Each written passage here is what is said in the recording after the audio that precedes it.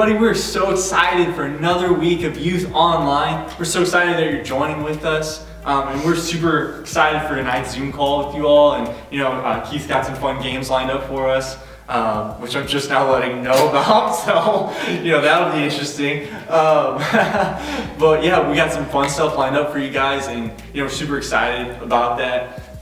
So we got another discussion, for the Uncharted series that we're bringing you guys into tonight. So I want to just kind of get us going. So first off, how's it going? How are you guys doing? Back another week, another day. It's going good. Quarantine life's good. Yeah, it's going great. All right. Well, I need to hear one fun thing that you guys did this week. Give me one fun thing. Oh, me? Okay. This guy I live with and we This guy? yeah, my husband, you all know him. So we've been rewatching all of the James Bond movies because I actually haven't really seen them from start to finish. I've really only seen the ones with Daniel Craig in it. And so it's been really cool just to watch all of them back, and it's just something special. So it's something cool we've been doing to pass the time. It's been fun. Yeah. Keith? For me, some bike rides, Ooh. lots of outdoors time, and played some Fortnite, and I won 14 games in a row, so Oh, wow. I'm not saying I'm the GOAT, but I'm not saying I'm the GOAT. And those were solo wins, right? Of course. If your squad mates were watching this, might be a little rough. Yeah, so I've been watching the James Bond movies too, so that's my fun No thing. way, never would've guessed. I know, right? I know. I'm that guy that she was with. We're mates. It's all good. It's all good. If y'all didn't know. So, you guys, you both grew up, with siblings, and whatnot, and so was there ever a time when your parents were out of town and you were just there with your siblings? It was just you guys. You know what I'm talking about? Those nights where it's the scariest night or something. You have the worst sleep because I don't know.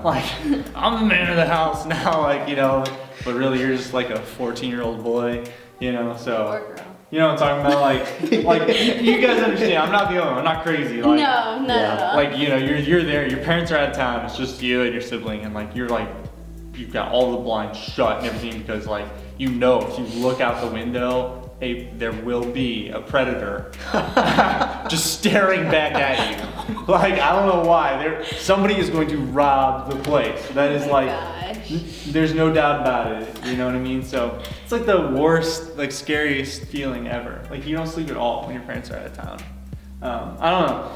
It just kind of reminds me though of a similar situation that the disciples kind of found themselves in. And so that would be in our text for tonight, and that would be Mark chapter 4, verses 35 through 41. And it says, that day when evening came, he said to his disciples, "Let us go to the other side." Leaving the crowd behind, they took him along just as he was in the boat. There were also other boats with him. A furious storm came up, and the waves broke over the boat so that it was nearly swamped. Jesus was in the stern, sleeping on a cushion.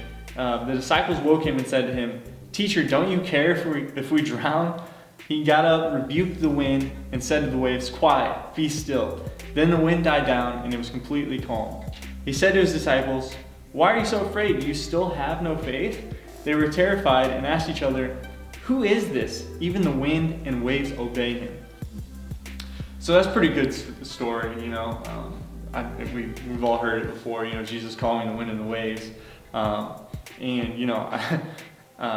think about, the disciples. If Jesus wasn't on the boat, it's us that's kind of how I got there. It's us in our house without our parents, right? Yeah. I don't know why, it's just so scary those times, but, a couple things to to kick off this discussion. When I read the story, I think about, we got to read things in context, and, Jesus was the one who said, let us go across the sea. Let's cross the sea. And we read in the very next chapter 5 kicks off. They're on the other side, and he heals a man, frees him of demon possession. And so it makes me think about how Jesus had a divine appointment on the other side of the sea. Jesus had a purpose and a mission on the other side. And Jesus, they point out that he's sleeping, so it points out, his fully man character, but he's also, fully God. So like, yeah, I'm sure he knew this was going to happen, but he needed to cross the sea anyway. And so, it didn't deter him from his purpose, and obviously he was sleeping in the stern, which would be like the lower level, which is like the most likely to be flooded, which can be first to flood. And so, he trusted in God's protection. He knew the Father would protect them during that time. Another point that, jumps out at me is, Jesus had this purpose on the other side, and, all of a sudden storms pop up. And I mean, I can't tell you how many times in my life that like, when things are going well, or when God's about to use you, when you're going to be doing something great, storms pop up, because the enemy is not stupid. He's cunning, and he just wants to see, kill, and destroy. And so I've always tried to look at it from an encouraging point of view. God must be really wanting to use me because I'm going through a storm right now. And the enemy's coming at me, and so the devil didn't want him to cross the sea, so there's all these storms and stuff, so Jesus calms the storms, and it's just amazing. He's just sleeping, and, sleeping on a cushion. Some serious details Mark gives us. Sleeping in the stern on a cushion. Not a care in the world. he's just chilling, trusting God's protection. And so. It makes me think though, the Christian walk is not all smooth sailing. Yeah. Right. John 16:33 says, you will have troubles in this world, but take heart, because I've overcome this world. And just a thought that's been going through my head lately, through this whole pandemic time, is that, Jesus didn't promise us good days, but he promised us a great eternity. And so, I just can't help but go through my days thinking that thought. That's good. So, I want to open it up for some discussion. So, you two, come on, somebody tell me about a time. Megan, we'll kick it off with you. Tell me about a time where things were really tough and how you handled that.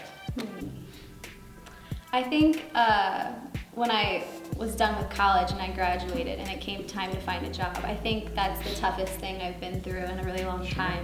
I had my last 4 years planned out for me. I knew, each semester what classes I needed to take in order to graduate, in order to walk across that stage with my diploma. But then once that ended, you're kind of left on your own. You're kind of left to faith to kind of decide what's your next course of action. That was trying to get hired and find a job. And so my degree was in early childhood education. And so for any teachers watching out there, I'm sure you know how long it takes to fill out all those online applications to get a job. And I can't tell you how many job fairs I went to, how many of my resumes I handed out, all the hours I spent filling out online applications for all different school districts in Missouri, and I heard nothing. And I was checking my email like a maniac every single day, hoping I'd hear something. I was always checking, what positions are open, what are being offered. And 2.5 months go by and it's still nothing. You see on Facebook and social media, people that I graduated with, they are suddenly, first grade teachers at this school, or they got the special education job. And I'm just sitting there thinking, oh my gosh, what is wrong with me? What am I doing wrong? And so I kind of get in that state of panic and doubt. And I'm kind of losing my faith, because faith is what, helps us trust God in difficult times. I was kind of losing that faith. I was really doubting myself, my purpose, what I was supposed to be doing. And it was a really difficult time for me. And so, 2.5 months go by, you hear from everyone around you, have you got hired yet? And my answer was still no. And I knew that I needed to have a job, because I'm out of school, I'm not a student anymore. I no longer had, medical coverage underneath my parents anymore. I was still living in their house, and it was kind of a tough time for me. And so I applied at our community college where I went to before, And it was just basically a daycare position, not making too much money. It's not doing what I wanted to do. And the kids were great and I loved it, but it wasn't what I pictured my life to look like. And I'm sure a lot of us can relate to that, where I'm sure we've said, this isn't what I thought my life would look like. And at that time, I had to decide if my faith was going to be in my circumstance or in God. And so I just continued to reach out to people, and I got in contact with a girl I went to college with, because she just got a job, and I was like, hey, what are some pointers for getting, ways I can kind of help me look better on paper? And she was super nice and gave me some tips. And then about a week later, she messaged me again, and she was like, hey, are you still looking for a job? And I immediately was like, yes. And she was like, they're looking for a kindergarten teacher, am I allowed to put your name out there? And I immediately said yes. And the cool thing about it is, during this entire trial I was going through, I kept hearing the song Reckless Love on Joy FM. And it quickly became a favorite of mine, because it was always popping up in those dark moments that I was in the car. And especially when I was hearing back from this friend, it was playing in the background. And so, time skips, I get an interview, and while I'm driving to that interview, I hear the song Reckless Love. After I get done with my interview, and I'm, de-panicking, wondering if I did okay, I hear this song again, and that just kind of became my anthem for knowing that, God has been kind to me, and that, anything that I do in life, I don't deserve His love, I didn't earn it, but He's gonna give it anyway, and just to keep my faith strong in Him, that, He has a plan and it's gonna work out for me. And, it turned out that was true. I ended up getting that job, and I only worked at that daycare for 2 weeks, and they were amazing. They were the best 2 weeks I've had with kids, thinking that that was gonna be my life. But, continuing to have faith in God really overturned that situation, knowing that I just have to keep putting my faith in Him and that things are gonna work out for the better. And they did. Oh, that's good. Thanks for sharing that. Shameless plug for Joy FM, right? Yeah. Not sponsored. Right song at just the right moment, right? That's what they always say, right? Yeah. So can you tell us about a time that was, a situation that was tough for you, a time, season that you went through, and how you handled that, how you responded through that? Yeah, I know if you watched last week's message, then this is going to sound a little bit like what I said last week, but mindset is so important, and that's why I'm talking about it again here. But a time when I went through a hard time in my life, I just kept having to tell myself over and over and over and over and over that I'm going to draw closer to God no matter what. And that wasn't easy. And then at that time in my life, I had like one of my best friends, and he left, and I went through a tough breakup, and I went in for a routine heart checkup, and it was just supposed to be an EKG, and then they said it didn't come back normal. And I was like, you fully expected that it would come back normal. So now I was wearing a heart monitor for a couple of days. And then I took it in my car, and it was just, again, supposed to be just a routine thing. And they're like, well, your car's totaled. It's not gonna work anymore. So I lost my car. My car is it was pretty nice for me. And it was just one thing after the other. And I had never struggled with anxiety like that. And I was just things kept piling on like that. And I'm not really a worrier. But I just started realizing that I don't have anything figured out in my future. I don't know what I'm going to college for. I don't know why I'm going to college. And then all these things are piling up. But every single time that something came on, I literally had to tell myself that I'm going to draw closer to God through this, no matter what. And I would literally say that to myself over and over and over again. And I would be lying if I said there wasn't days where I would get a little mad, God, why? Just one after the other, something's coming to put stress in my life, and it's so annoying. And I was like, God, I'm being obedient to you, and I'm giving my all to you, and just one after the other, I just felt like you keep hitting me with this stupid stuff. And I was mad about it. But I would let myself get mad about it for a couple of days, and that's when I found myself in the deepest spots, when I would let my thoughts just run rampant. And that's why I say mindset's so important, because there were days, weeks, where I would just let my mind just run on the negative, and I would just continue to think, I don't know where God's at, and I don't know where this is, and I don't know where that's gonna be. But then I'd always have to grab myself and say, no, you're going to draw closer to God in this moment, and He's got you.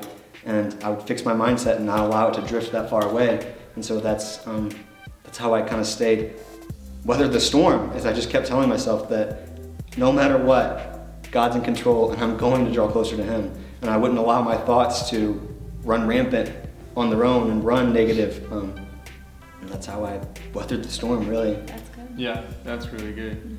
Yeah, so my second question, I think probably was answered in that answer, but my second question was going to be one piece of advice that you guys have, for us that we should keep in mind, when storms come. So like Keith, for you, like mindset, or you said you would get mad. Some people maybe get sad, maybe some people shut down. So like what would you say? What's your one big idea, one big piece of advice? I don't know, I have a bunch of stuff that I did then that is all cliche, but listen to worship music's huge. At that time, I specifically remember that As You Find Me was super big in my life then, because I just kept telling myself that my life's a mess right now, and that song just kept playing As You Find Me, God Still Loves Me.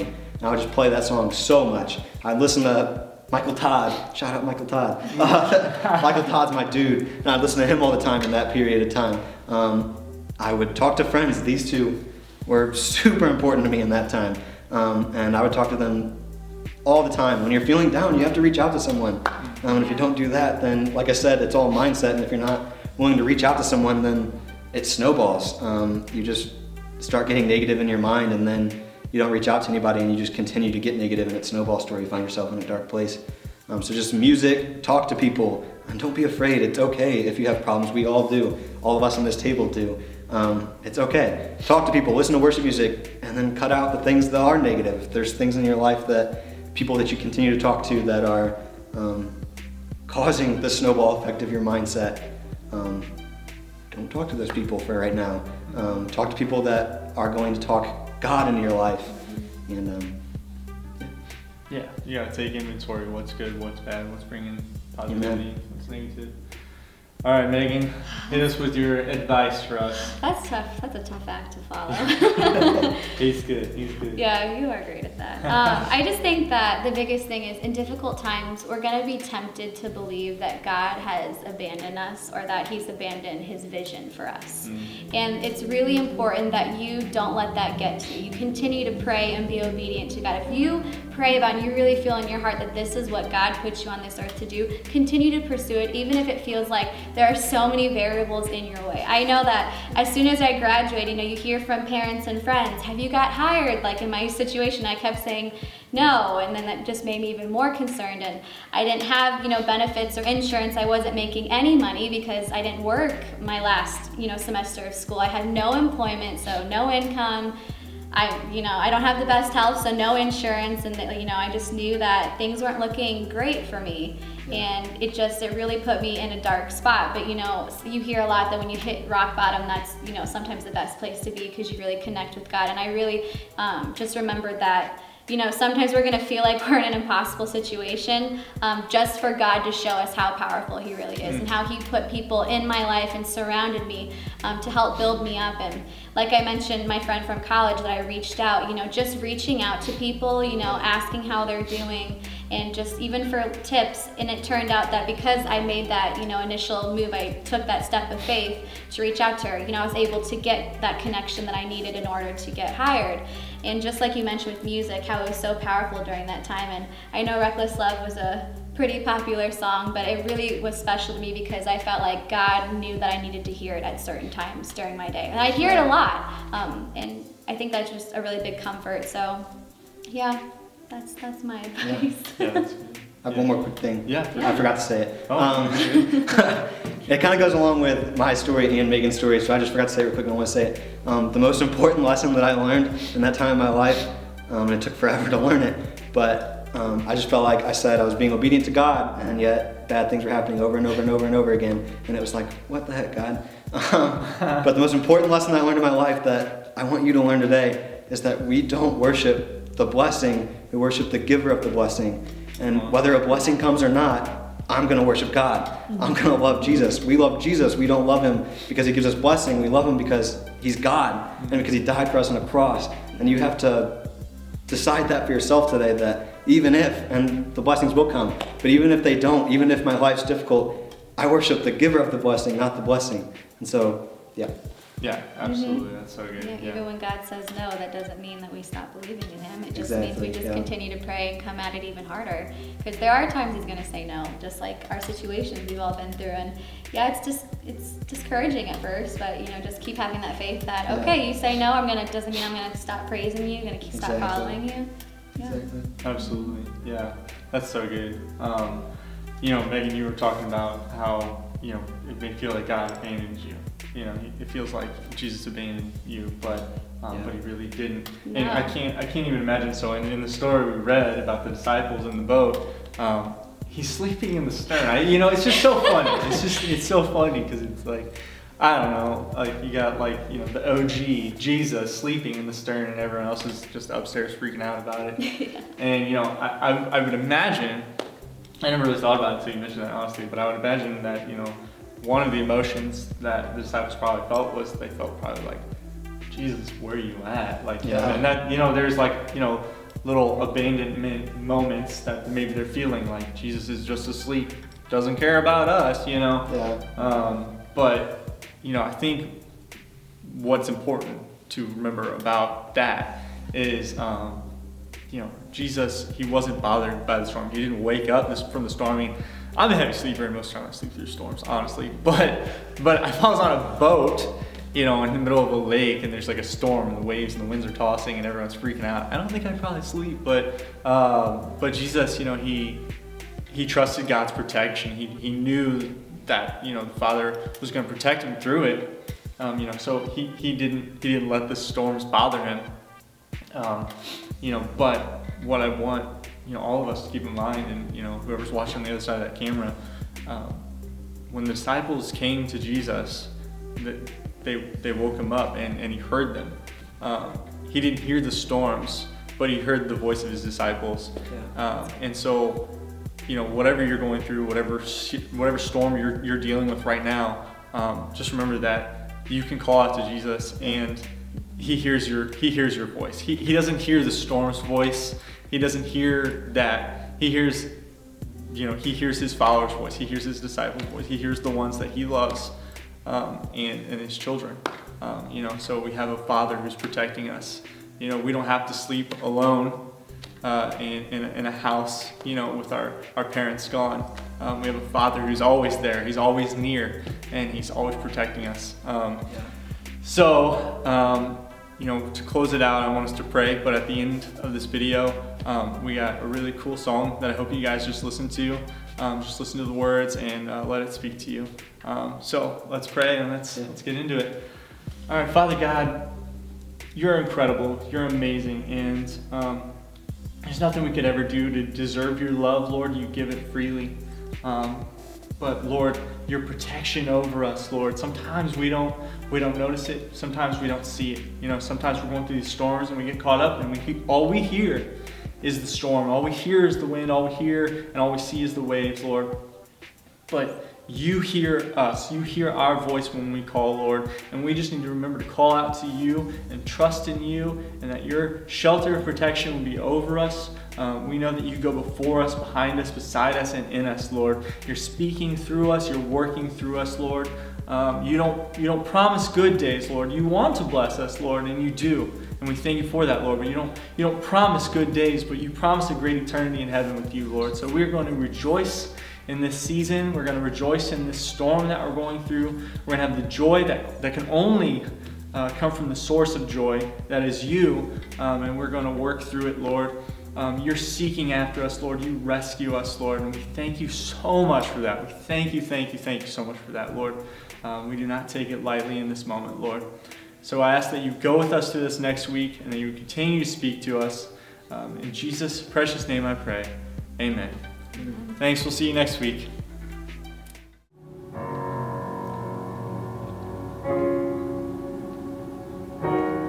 You are not hidden. There's never been a moment You were forgotten. You are not hopeless. Though you've been broken, your innocence stolen, I hear You whisper underneath your breath. I hear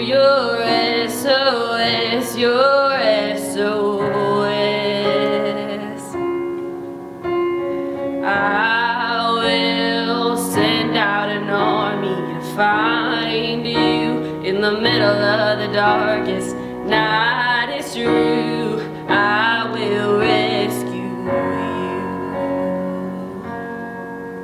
No distance